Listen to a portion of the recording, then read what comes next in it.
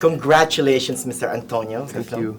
You're amazing in it, as always. Thank you. I suspect that the real life event really is the one that drove you to making the film. Yeah, definitely. I mean, this touched the heart of many people all around the world, and definitely I was one of them. I remember seeing my character, Mario Sepulveda, actually coming out of the mine live in Los Angeles. And you were commenting off camera, you know, how emotional it was for you, the movie. Well, for me, to watch them live was that type of emotional too. You know, it hit me. I remember I was watching that with my daughter, and we both got tears in our eyes because life. Right. We realize how important life is, and that's what the movie, I think, is making, you know, a point. The whole entire action of the movie is about that. Did you meet your real life counterpart? Oh Mario yes, Sepulveda? yeah. Mario. I was with Mario practically the whole entire time of the movie. It's funny because when I did the scene in which I come out of mine, there is a moment that I jump over a bunch of miners that were just waiting for us there, you know, just cheering, and one of them was him. I just found him face to face. Wow. Right there, and the real guy just say, "Antonio."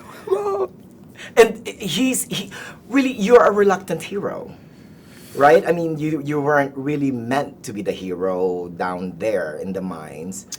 You were just kind of pushed forward to it. Yeah, what happened with Mario is Mario learned to be a survivor very early in his life for his condition, you know, for his family, and you know, and the lack of a good economy, and you know, many different issues at the beginning of his life that made him a survivor. So in a situation like that, that is exactly what you need. Somebody who knows how to distribute the time, the food, everything that was there in order to expand time as much as possible. Right. And he was the right person to do that.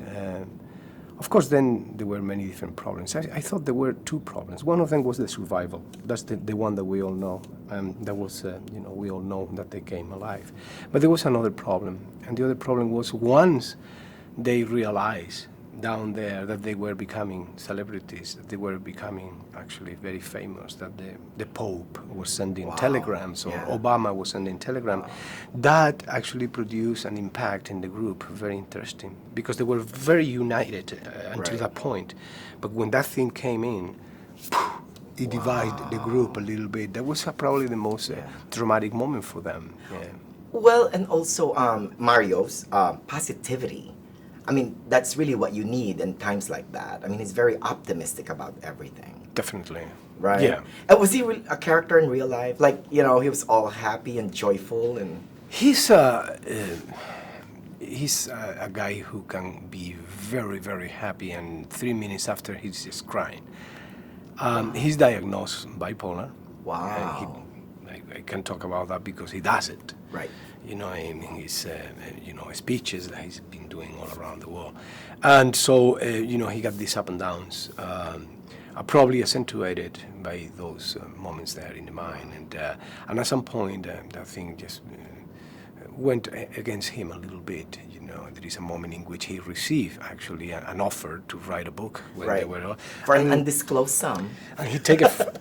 And he take it for himself. You know? He doesn't share that with the rest of the miners, and so he's expelled out of the group. Yeah. So he got to come back and have actually the humility at some point just to ask for apologies and to be just readmit in the group. And when they came out, they were all together again. Well, congratulations, it's a fantastic film. And it's nice to see you again, Mr. Antonio. Same here. Senor Antonio. Senor Antonio. Where were you from? Where are you from? Philippines. From Philippines, Yes. all right. Yeah. Okay.